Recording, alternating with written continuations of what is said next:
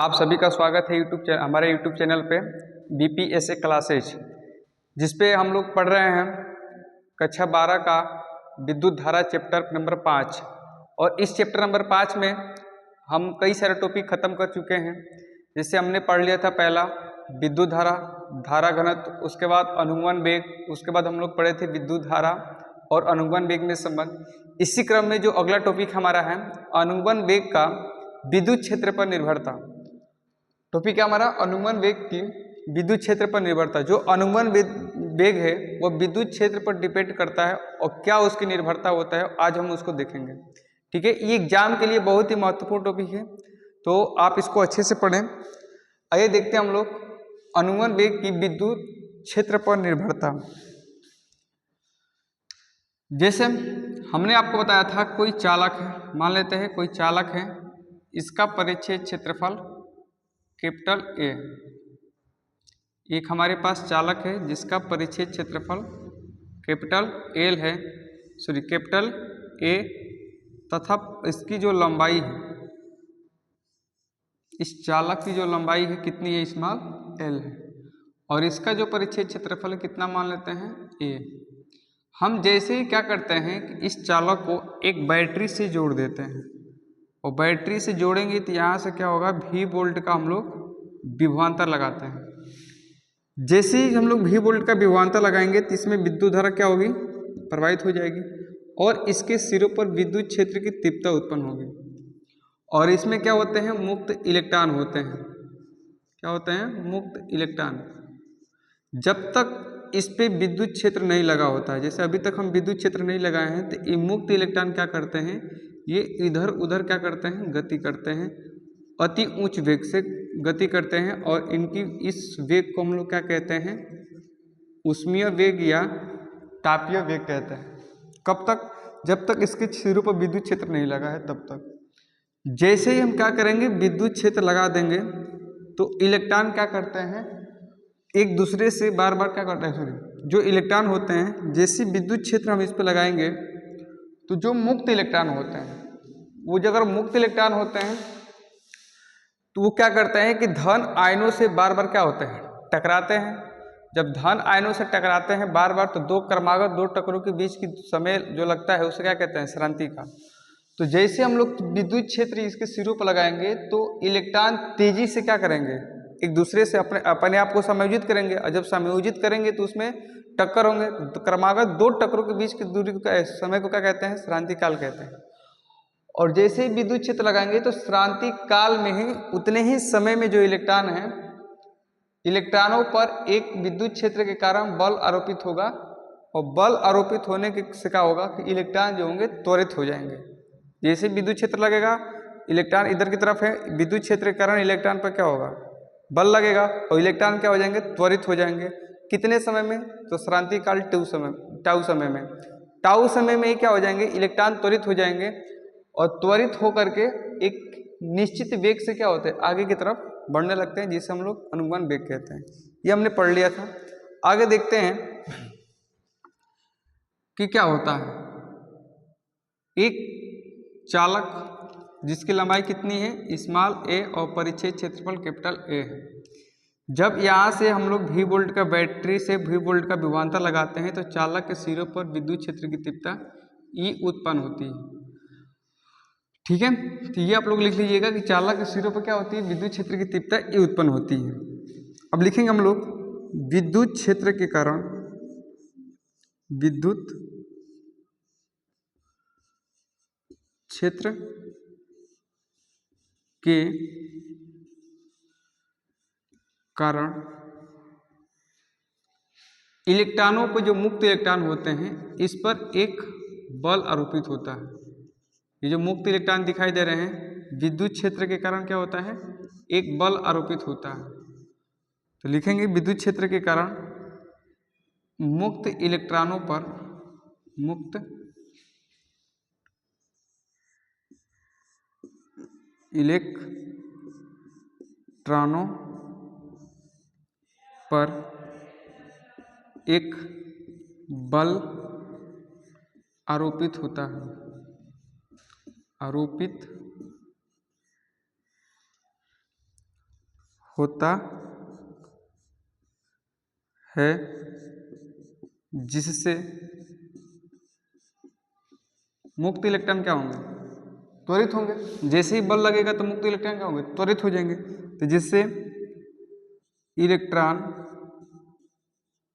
क्या होते हैं, त्वरित हो जाते हैं, त्वरित हो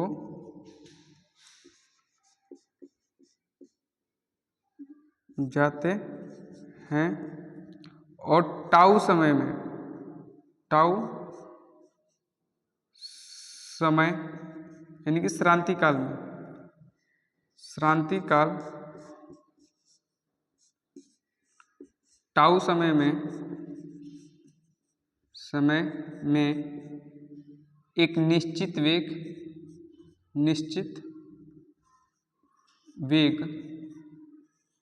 VD प्राप्त कर लेते हैं, प्राप्त कर लेते हैं। एक चीज और याद करिए कि ये तो कंफर्म हो गया कि जब चालक के सिरों पर V वोल्ट के विभवांतर लगाएंगे तो विद्युत क्षेत्र उत्पन्न होगा, विद्युत क्षेत्र उत्पन्न होगा तो इलेक्ट्रॉनों पर बल आरोपित होगा, जिससे ये मुक्त इलेक्ट्रॉन त्वरित होंगे और शांति काल टाउ समय में क्या होंगे, अपना जो वेग है VD प्राप्त कर लेंगे।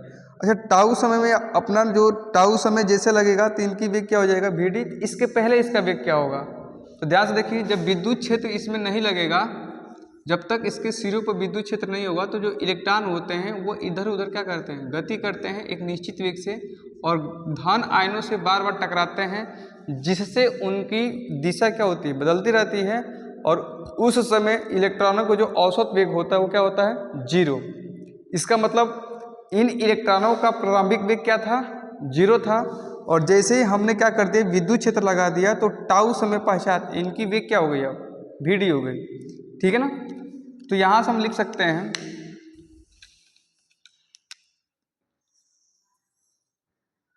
विद्युत क्षेत्र की अनुपस्थिति में, विद्युत क्षेत्र की अनुपस्थिति में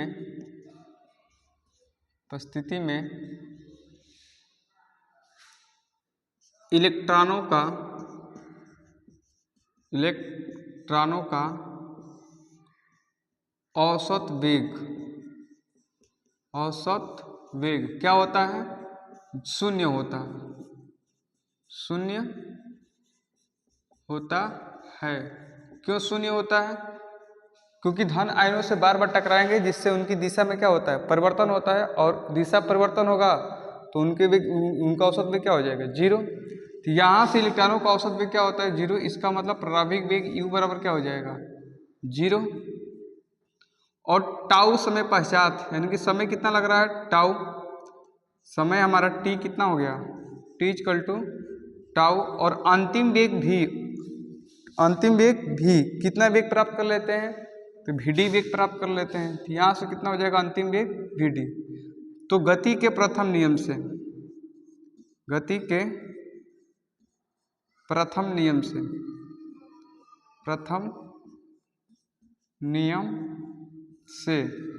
जैसे कक्षा 11 में आप लोग पढ़े होंगे कि यदि कोई वस्तु आ रही है तो उसकी प्रारंभिक वेग u होता है, जब t समय के लिए उस पर बल लगाया जाता है तो उसका वेग u से बढ़कर कितना होता है, v। तो उसका जो अंतिम वेग v बराबर होता है वो उसका फॉर्मूला होता है गति के प्रथम नियम से, v बराबर u + at। ठीक है। तो हमारे पास अंतिम वेग कितना हो गया, VD। यहाँ से प्रारंभिक वेग कितना हो गया, 0। ये हो गया हमारे पास त्वरण A, और T का मान कितना है, टाउ। यहाँ से VD = A × टाउ। ठीक है। अगर हम यहाँ से A बराबर निकाल दें तो ये गुणा में है, इधर आएगा तो भाग, तो जाएगा VD/में टाउ। ठीक है। अब देखिए, विद्युत क्षेत्र के कारण क्या होता है, मुक्त इलेक्ट्रॉनों पर बल लगता है। तो यहां से लिखेंगे विद्युत बल, और विद्युत बल F बराबर कितना होता है, विद्युत बल फॉर्मूला याद करिए आप लोग, चैप्टर नंबर 1 विद्युत बल F बराबर होता है स्मॉल ई इंटू कैपिटल ई, यानी कि आवेश और विद्युत क्षेत्र की तीव्रता। तो यहाँ आवेश कौन काम करेंगे, एक इलेक्ट्रॉन, क्योंकि इलेक्ट्रॉन ही मुक्त इलेक्ट्रॉन है। तो यहाँ से एक इलेक्ट्रॉन पर जो लगने वाला बल हो जाएगा कितना हो जाएगा, F equal to e into capital E, जहाँ कैपिटल ई क्या है तो विद्युत क्षेत्र की तीव्रता है और ये मुक्त इलेक्ट्रॉन है। एक चीज़ और, तो जो लगने वाला बल होगा विद्युत क्षेत्र की दिशा इधर है, इधर की तरफ है, और इलेक्ट्रॉन क्या होंगे इधर की तरफ बल लगेगा। तो ये इसकी दिशा क्या हो जाएगी, माइनस में होगी, विपरीत दिशा में। इसलिए बल का मान जो होगा यहाँ से F equal to small e into capital E हो जाएगा। ठीक है, आगे देखते हैं। बल का मान आ गया। हमें पता है कि इलेक्ट्रॉन का क्या होता है, द्रव्यमान होता है। तो लिखेंगे यदि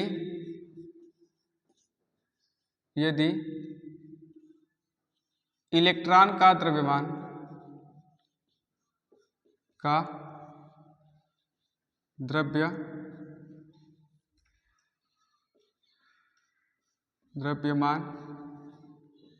स्मॉल m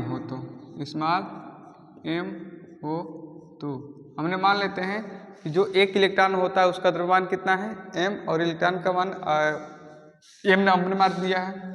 तो यहाँ से क्या होगा, इलेक्ट्रॉन पर जो बल लगेगा तो उसमें त्वरण उत्पन्न होगा। तो फॉर्मूला हम लोग पढ़े हैं, बल बराबर द्रव्यमान गुणे त्वरण। द्रव्यमान कितना है m और त्वरण कौन सा होगा a। ठीक है, तो यहाँ से F की वैल्यू कितनी आ गई, माइनस ई इंटू कैपिटल ई। यहाँ से F का मान इसमें हम लोग रख देंगे। तो बताइए F का मान कितना है, माइनस ई इंटू कैपिटल ई। इसकी जगह पर रखेंगे माइनस ई इंटू कैपिटल ई और m इंटू ए का मान निकालेंगे तो ये m गुणा में इधर रहेगा तो भाग में, तो हो जाएगा माइनस ई इंटू कैपिटल ई और बटे में स्मॉल m। देखिए ध्यान से, अब VD बराबर A बराबर हम क्या निकालेंगे, VD बटे में टाउ। तो यहाँ से A का मान हम लोग क्या करेंगे, रख लेंगे, या यहीं से देखिए VD बराबर कितना है A इंटू टाउ। तो VD इक्वल टू, ये समीकरण नंबर 1 है और इसको मान लीजिए समीकरण नंबर 2। तो समीकरण 1 में 2 का मान रखने पर समीकरण ये है VD equal to A into tau.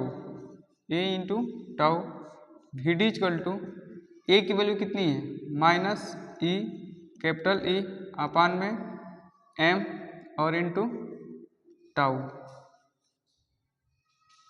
ठीक है, तो यहाँ से विद्युत क्षेत्र की तीव्रता E बराबर निकालेंगे। एक तो फॉर्मूला यहीं से आ गया VD equal to minus e into capital E tau बटे में स्मॉल m।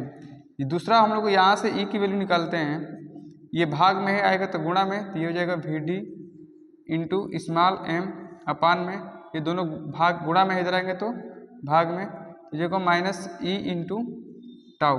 तो यहाँ से E बराबर हो जाएगा VD इंटू m बटा में minus e into tau. Minus क्या है, माइनस से बस ये पता चलता है कि जो इलेक्ट्रॉन की गति है वो विद्युत क्षेत्र की विपरीत दिशा में है, इसलिए हम माइनस क्या करते हैं, लिखते नहीं है। तो यहाँ से आपका क्या हो जाएगा VD equal to e into small e into capital E tau बटे में स्मॉल m। यहाँ टाउ क्या है तो श्रांति काल है और m क्या है इलेक्ट्रॉन का द्रव्यमान, इलेक्ट्रॉन का द्रव्यमान है, और E क्या है तो एक इलेक्ट्रॉन पर उपस्थित चार्ज, और E का मान कितना होता है 1.6 इंटू 10 के पावर -19 कूलम होता है। तो इस तरीके से जो विद्युत अनुगमन वेग है वो विद्युत क्षेत्र के क्या है अनुक्रमपाती है। यहाँ से लिख सकते हैं VD प्रोपोर्शनल E। तो जो अनुगमन वेग होता है विद्युत क्षेत्र की क्या होता है, विद्युत क्षेत्र की तीव्रता के अनुक्रमानुपाती होता है। अतः विद्युत क्षेत्र क्या करने पर विद्युत क्षेत्र की तीव्रता बढ़ाने पर अनुगमन वेग का मान क्या होगा, बढ़ेगा। या इससे भी कह सकते हैं अनुगमन का वेग का मान बढ़ाने पर विद्युत क्षेत्र की तीव्रता का मान क्या होगा, बढ़ जाएगा। ठीक है, इसको एक बार आप लोग खुद से देखिएगा और इसको एक बार रिकॉल करके अपने मन से खुद से लगाने, कॉपी बंद करके उसके बाद खुद से हल सॉल्व करने की कोशिश करिएगा। देखिएगा कहाँ दिक्कत आ रही है, कहाँ समझ में नहीं आ रहा है। अगर कहीं आपको समझ में नहीं आता है तो आप कमेंट बॉक्स में लिख सकते हैं, हम फिर से इसको दोबारा वीडियो बना करके आप पे सेंड कर दिया जाएगा। आज के लिए बस इतना ही, धन्यवाद।